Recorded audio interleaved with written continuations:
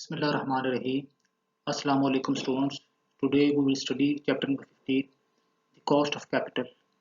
In this chapter we will study what is the cost of capital and what are the different sources of long-term financing and how to determine the cost of specific sources of financing and how to determine the overall cost of capital or weighted average cost of capital. What is weighted marginal cost of capital? What is break point and how the cost of capital changes with the changes in the amount of capital raised, and what is the role of cost of capital in making investment decisions. First, we will start from the overview of the cost of capital. The cost of capital acts as a link between the firm's long-term investment decisions and the wealth of the owners as determined by investors in the marketplace.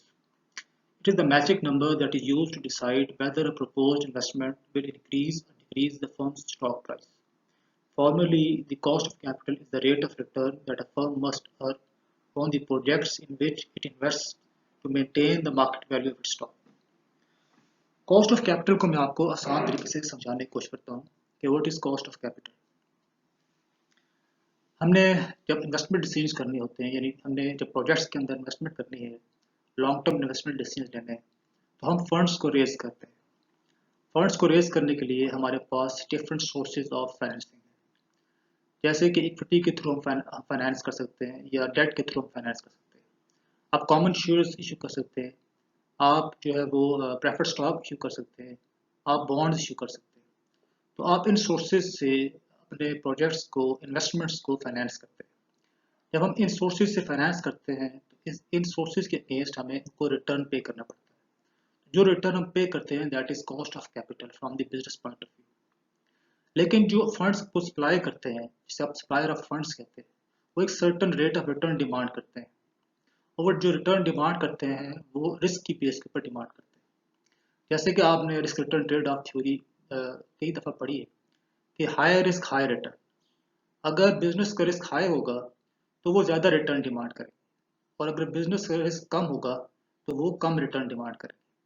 तो जो supplier of funds demand करेंगे return, that is called required rate of return by the suppliers of funds, और from the business point of view it is cost of capital. तो business के लिए वो cost of capital है, यानी capital की जो कॉस्ट हम पे कर रहे हैं, और वो जो इन्वेस्टर्स हैं या सप्लायर ऑफ फंड्स हैं उनके पॉइंट ऑफ व्यू से वो रिक्वायर्ड रेट ऑफ रिटर्न है। ये जो रिक्वायर्ड रेट ऑफ रिटर्न है, इसको आपको याद हो हमने इन्वेस्टमेंट डिसीजंस के अंदर as a hurdle rate use किया था या ऐसे क्रॉस ओवर रेट यूज़ किया था। तो ये वो रेट है जिसको मिनिमम जो इन्वेस्टमेंट प्रोजेक्ट है उसको इस रेट को अर्न करना है, ताकि मार्केट के अंदर वो अपनी स्टॉक प्राइसेस की जो वैल्यू है उसको मेंटेन कर सके। अगर हम इसको मिनिमम, अगर हम इस रिटर्न को रियलाइज नहीं करते तो फिर हम मार्केट के अंदर अपनी वर्थ जो है स्टॉक प्राइसेस की वो हम लूज करेंगे।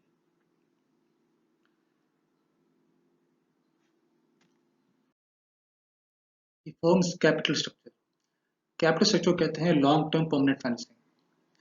लॉन्ग टर्म परमानेंट फाइनेंसिंग मतलब ये होता है कि हमारी इंटेंशन ये है कि लॉन्ग टर्म के अंदर हम ये जो प्रोपोर्शन होगा, ये जो कंपोजिशन होगा जिसमें डेट है या इक्विटी है, इसकी प्रोपोर्शन को हम, इसकी कंपोजिशन को हम मेंटेन करेंगे in future.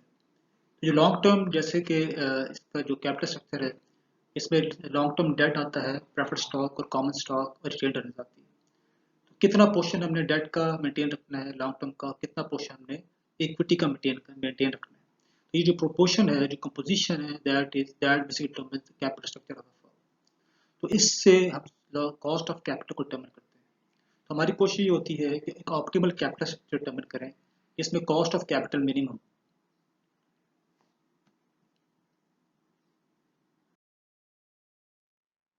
Some key assumptions. So to determine the cost of capital, we have to take some assumptions. First is business risk. The risk to the firm of being unable to cover operating cost is assumed to be unchanged. This means that acceptance of a given project does not affect the firm's ability to meet operating cost. अगर आपको याद हो, हमने investment decision के chapter में भी ये assumption ली थी कि बिजनेस रिस्क जो है वो चेंज नहीं होगा अगर हम प्रोजेक्ट्स जो है डिफरेंट प्रोजेक्ट्स एक्सेप्ट करते हैं। तो जो बिजनेस रिस्क की जो कम्प्लेक्शन है वो सेम रहेगी, यानी कि जो फर्म की एबिलिटी है to meet its operating cost उसमें चेंज नहीं आएगा, वो अनचेंज रहेगी। Financial risk.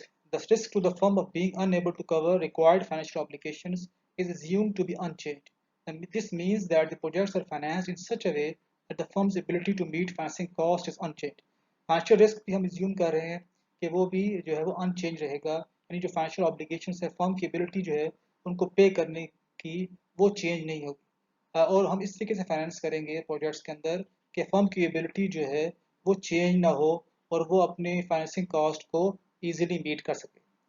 After tax cost और considered relevant, the cost of capital is measured on the after tax basis. जैसे हमने इन्वेस्टमेंट प्रोजेक्ट में after tax cash flow determine कर रहे थे, तो यहाँ पे भी हम जो स्पेसिफिक सोर्सेज ऑफ फाइनेंसिंग होंगे उनकी जो कॉस्ट ऑफ कैपिटल डिटरमिन करेंगे वो भी after tax cost of capital determine करेंगे।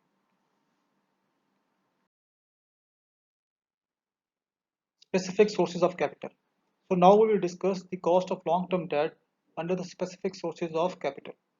The pre-tax cost of debt is equal to the yield to maturity on the firm's debt adjusted for flotation cost. Pre-tax cost of debt का मतलब है before tax cost of debt और ये equal होती है yield to maturity के। What is yield to maturity? It is the expected return on bond if bought at its current market price and hold it till its maturity. It is also known as internal rate of return. तो इस जो proceeds हमें receive होंगी after issues of bond उसमें हम flotation cost को adjust करेंगे, यानी हम उस प्रोसीड्स में से फ्लोटेशन कॉस्ट को लेस करेंगे तो हमारे पास नेट प्रोसीड्स आएंगे। फ्लोटेशन कॉस्ट क्या होती है? जैसे कि अंडर राइटिंग फी है या लीगल फी है, रजिस्ट्रेशन फी है, तो ये जो फी है ये हमारी फ्लोटेशन कॉस्ट है।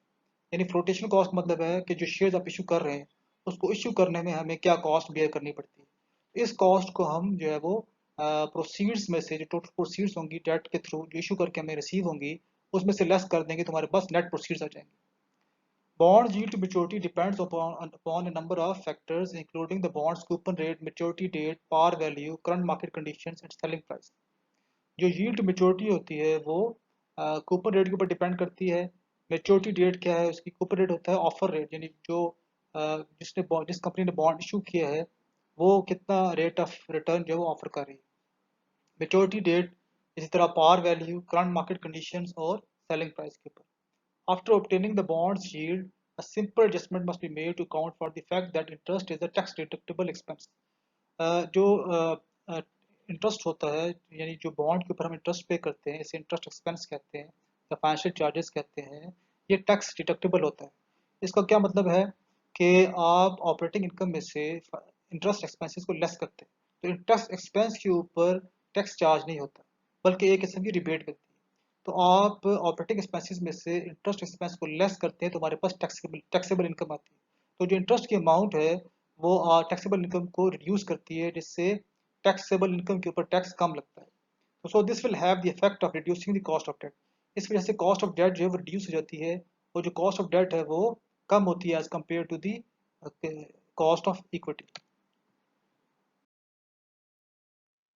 Now we will determine the net proceeds from the issuance of long term debt. तो एक एग्जाम्पल हम देखते हैं। Duchess corporation, a major hardware manufacturer, is contemplating selling $10 million worth of 20-year 9% coupon bonds with a par value of $1,000। यानी वो बेच रहा है बॉन्ड $10 million के जिसकी मेच्योरिटी जो है वो 20 ईयर्स है और 9% कूपन रेट है, यानी जो बॉन्ड इशू कर रहे हैं वो 9% इंटरेस्ट रेट ऑफर कर रहे हैं और उसकी जो पार वैल्यू जिसे आप स्टेट वैल्यू भी कहते हैं मेच्योरिटी वैल्यू भी कहते हैं वो $1,000 है। Because current market interest rates are greater than 9%, the firm must sell the bonds at 980।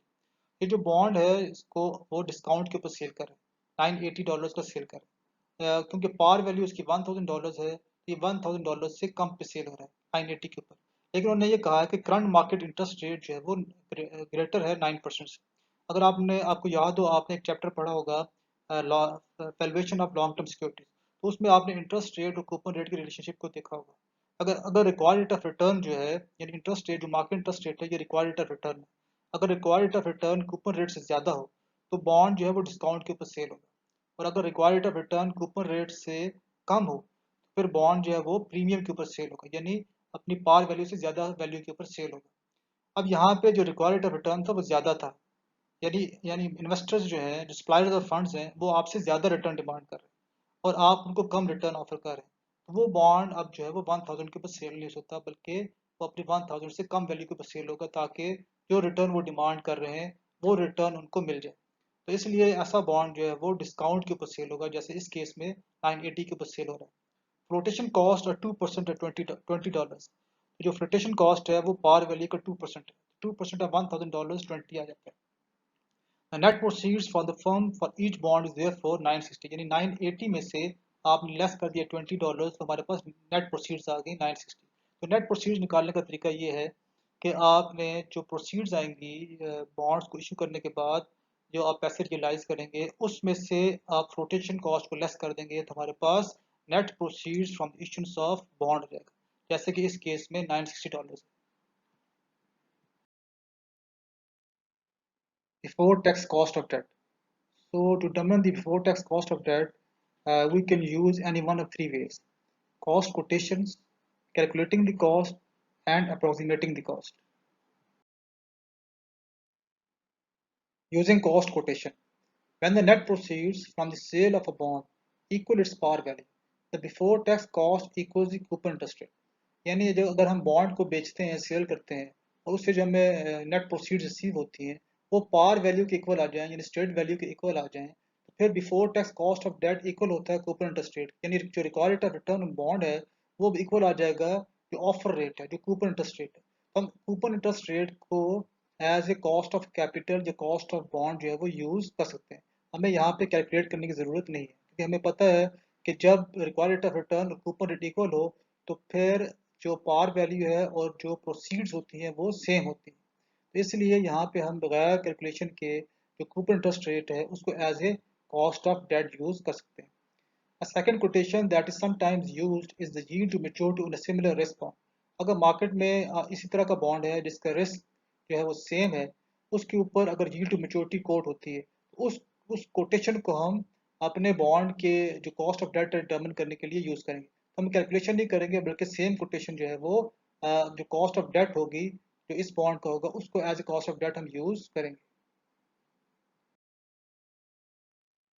Second method है कैलकुलेटिंग द कॉस्ट, यानी हम कॉस्ट ऑफ डेट को कैलकुलेट करें। तो this approach finds the before tax cost of debt by calculating the internal rate of return, यानी हम जो है वो बॉन्ड का internal rate of return determine करेंगे, तो वो उसका यील्ड टू मैच्योरिटी होगा।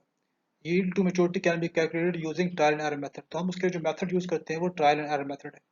हमने ये पहले भी यूज किया था, और हमने इसको डिटेल में स्टडी भी किया था कि हम ट्रायल एरर मेथड यूज करते हैं, जिससे हम यील्ड टू मैच्योरिटी डिटरमिन करते हैं, और ट्रायल एरर मेथड जो यूज करके फिर हम इंटरपोलेट करते हैं। इंटरपोलेशन के बाद फिर हम यील्ड टू मैच्योरिटी फाइंड करते हैं कि इसकी यील्ड टू मैच्योरिटी जो है वो कितनी है।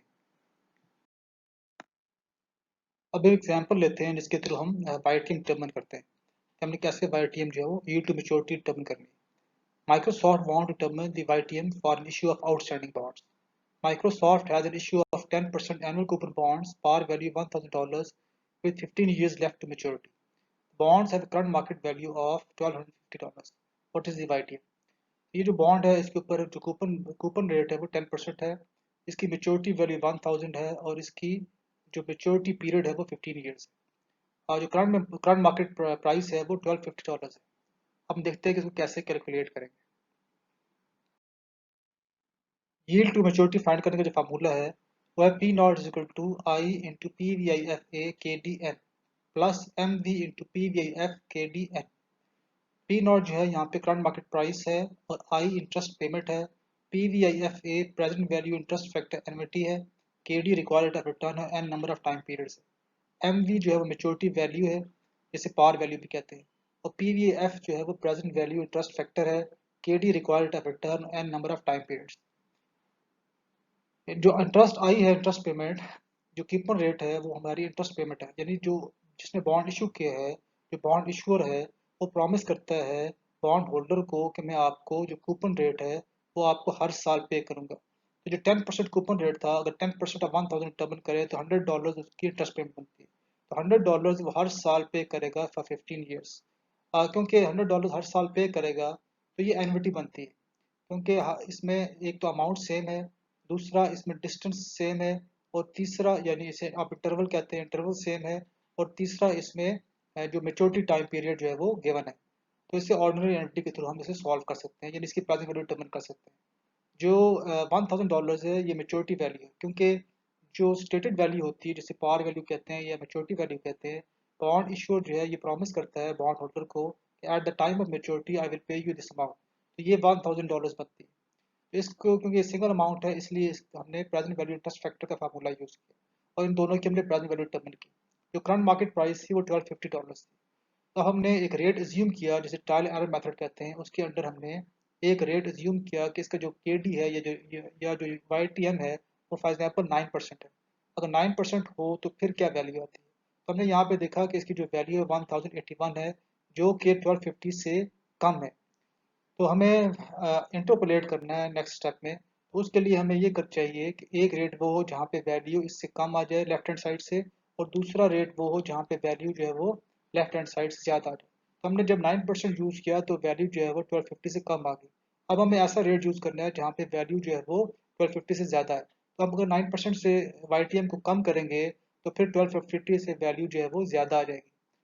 नेक्स्ट स्टेप में अब हमने 7% ज्यूम किया कि KD जो है वो 7%। अब इसकी जो वैल्यू है वो 1272.80 है, जो कि 1250 से ज़्यादा है। एक रेट वो आ गया जिसके ऊपर जो वैल्यू थी वो 1250 से कम थी, यानी लेफ्ट हैंड साइड से कम थी। और दूसरा रेट वो आ गया जिसके ऊपर जो वैल्यू है वो 1250 से ज़्यादा है। अब हम इसको इंटरपोलेट करेंगे। अब हमारे पास दो रेट्स आ गए, एक 9% के ऊपर 1081.10 है और दूसरा 7% के ऊपर जो वैल्यू है वो 1272.80। तो हमें एक रेट ऐसा चाहिए था जहाँ पे वैल्यू लेफ्ट हैंड साइड से कम हो और दूसरा रेट वो चाहिए था जहाँ पे वैल्यू लेफ्ट हैंड साइड से ज़्यादा हो। क्योंकि हमारे पास हम जो ऐसा कोई रेट अचीव नहीं कर सकते थे, या हमें हमारे इल्म में नहीं था कि हम कोई रेट ऐसा यूज़ करें एग्जैक्ट वैल्यू 1250 आ जाए। तो हम क्या करते हैं, हम एक ऐसा रेट लेते हैं जहाँ पे वैल्यू लेफ्ट हैंड साइड से कम आ जाए और दूसरा रेट वो लेते हैं जहाँ पे वैल्यू लेफ्ट हैंड साइड से ज़्यादा आ जाए। तो फिर उसको हम फिर इंटरपोलेट करते हैं। तो अब हम इसको इंटरपोलेट करेंगे और डिटर्मिन करेंगे YTM। तो हमने लिखा 0.09 minus YTM divide by 0.09 minus 0.07, which is equal to 1081.10 minus 1250 divided by 1081.10 minus 1272.80। तो लेफ्ट हैंड साइड पे जो हम प्रोसीजर अप्लाई करते हैं वही राइट हैंड साइड पे भी अप्लाई करते हैं। तो इसको कैलकुलेट करने के बाद हमारे पास वैल्यू आ गई 7.23%। ये आपने याद रखना है कि ये जो YTM होगा ना वो 9% से ज़्यादा होगा और ना ही 9% होगा। इसी तरह वो ना ही 7% से कम होगा और ना ही वो 7% पे होगा। तो ये जो रेंज हमने डिटर्मिन कर ली कि 9% और 7% के इन बिटवीन होगा, क्योंकि जब रेट को 9% से कम करेंगे तो 1081 से वैल्यू जो है वो बढ़ना शुरू हो जाएगी और 1250 की तरफ जाएगी। इसी तरह जब हम 7% से रेट बढ़ाना शुरू करेंगे तो ये वैल्यू जो है वो कम होते होते 1250 तरफ आएगी। तो हमने जो हमने वाइटम डिटर्मिन किया तो वो आ गया 7.23%। ये एक और इलस्ट्रेशन है जिसमें कैश फ्लो की टाइम लाइन गिवन है। इसमें at the time of zero हम जो बॉन्ड इशू कर रहे हैं उस पर हमें $960 पर बॉन्ड हमें रिसीव हो रहे हैं और इसकी जो मेच्योरिटी है वो 20 ईयर्स। तो जो इंटरेस्ट की पेमेंट हम करेंगे वो $90 जो है वो हर साल पे करेंगे फॉर 20 ईयर्स, और 20th ईयर में हम उसकी जो पार वैल्यू है $1000 वो पे करेंगे। तो जो मेच्योरिटी वैल्यू होती है यानी जो पार वैल्यू होती है, ये बॉन्ड इशू प्रॉमिस करता है कि at the time of maturity मैं आपको ये पे करूँगा। इसी तरह जो कूपन रेट होता है वो बॉन्ड इशू प्रॉमिस करता है कि मैं आपको हर साल जो कूपन पेमेंट है वो मैं आपको हर साल उसकी मेच्योरिटी डेट तक पे करता रहूँगा। तो ये एक टाइम लाइन है जिसमें हमने कैश फ्लोज को एस्टिमेट किया कि इसकी कैश फ्लोज क्या है। अब हमने इसका YTM डिटर्मिन किया। तो YTM यानी जो KD है वो आ गया 9.452%। ये pre tax cost of debt है, यानी before tax cost of debt है, जो कि 9.452% है। तो हमने इसको इसी तरीके से कैलकुलेट किया जैसे अभी हमने ये सीखा था कि YTM कैसे कैलकुलेट करना है। अब एक और प्रोसीजर है जिसके थ्रू हम कॉस्ट ऑफ डेट को डिटर्मिन कर सकते हैं। इसे कहते हैं अप्रोक्सीमेटिंग द कॉस्ट। इससे पहले जो हमने डिटर्मिन किया है वो एक बिल्कुल लेजिटिमेट वे है जिसमें accurate cost of debt determine होती है। ये इस फार्मूले के थ्रू हम एक अप्रोक्सीमेट कॉस्ट ऑफ डेट को डिटर्मिन करते हैं। इसका फार्मूला है RD या KD is equal to I यानी इंटरेस्ट की पेमेंट प्लस 1000 जिसे पार वैल्यू है minus net proceeds from the issuance of bond divide by n यानी नंबर ऑफ टाइम पीरियड्स। और होल को डिवाइड कर दिया हमने नेट प्रोसीड्स प्लस जो मेच्योरिटी वैल्यू है और डिवाइड कर दिया हमने उसको होल को 2 के ऊपर, तो इससे हम जो है वो अप्रोक्सीमेट वैल्यू डिटरमिन कर सकते हैं। तो जब हम इसको वैल्यूज़ को फार्मूला के अंदर पुट किया, जैसे $90 इंटरेस्ट पेमेंट थी वो लिखा, प्लस 1000 माइनस नेट प्रोसीड 960 थी, और उसको डिवाइड किया 20 जो कि मेच्योरिटी पीरियड था, होल को डिवाइड कर दिया हमने 960 प्लस 1000 डिवाइड बाई 2 करके, हमारे पास वैल्यू आ गई 9.4%। तो ये जो वैल्यू है 9.4%, ये जो एक्यूरेट वैल्यू थी उसके काफ़ी क्लोजर है। तो हम अपने टाइम को सेव करने के लिए हम अप्रोक्सीमेशन का फार्मूला भी यूज़ कर सकते हैं, और अप्रोक्सीमेशन के फार्मूला का यूज़ करके before tax cost of debt को डिटर्मिन किया जा सकता है। अभी हमने before tax cost of debt को डिटर्मिन किया, अब हम after tax cost of debt को डिटर्मिन करेंगे। तो जो after tax cost of debt है उसका फार्मूला है R I is equal to R D multiply by 1 - tax rate, यानी हम जो before tax cost of debt है उसको मल्टीप्लाई कर देंगे 1 - टैक्स रेट से। जैसे कि एग्जांपल में जो टैक्स रेट है वो 40% है, तो हमने 9.4% को मल्टीप्लाई कर दिया 1 - 0.40 से, तो हमारे पास जो after tax cost of debt आ गई 5.6%। The cost of preferred stock. अब हम ये देखेंगे कि how to determine the cost of preferred stock. The formula for determining the cost of preferred stock is R P is to D P over N P. D P जो है वो है dividend payment on preferred stock, और N P जो है वो net proceeds from the इशूंस of preferred stock. Example देख लेते हैं हम। Purchase Corporation is contemplating the issuance of a 10% preferred stock that is expected to sell for its $87 per share value. The cost of issuing and selling the stock is expected to be $5 per share. The dividend is 8.7%, 10% of 87. The net proceeds price NP is $82. 87 minus 5, which is equal to 82. तो ये जो preferred stock है, इसके साथ लिखा 10% preferred stock. 10% का मतलब है कि जो पार वैल्यू होगी उसका 10% आप डिविडेंड पे करेंगे। तो इसकी जो पार वैल्यू थी वो $87 है। 10% ऑफ 87 बनता है 8.70। इसके बाद जो cost of issuing and selling the stock है वो है $5 पर शेयर। तो जो हमें प्रोसीड्स रिसीव होंगी वो ये कह रहे हैं कि $87 जो कि इसकी पार वैल्यू, उसके ऊपर हम एक्सपेक्ट कर रहे हैं कि ये सेल हो जाएगा। तो $87 हम रिसीव करते हैं, उसमें से हम जो है वो इशूइंग एंड सेलिंग कॉस्ट जो है वो पे करेंगे, तो वो बनती है $5। तो 87 में से $5 लेस कर देंगे तो हमारे पास $82 पर शेयर नेट प्रोसीड्स आ जाएंगे। तो यहाँ पे हमने लिख दिया कि नेट प्रोसीड्स आ गई $82, और इसको अब हम फार्मूला में पुट करेंगे तो हमारे पास कॉस्ट ऑफ प्रेफर्ड स्टॉक आ जाएगा। तो हमने लिखा 8.70, यानी डिविडेंड पेमेंट जो है 8.70 divide by net proceeds from the issues of preferred stock, it is $82, तो ये आ गया 10.6%।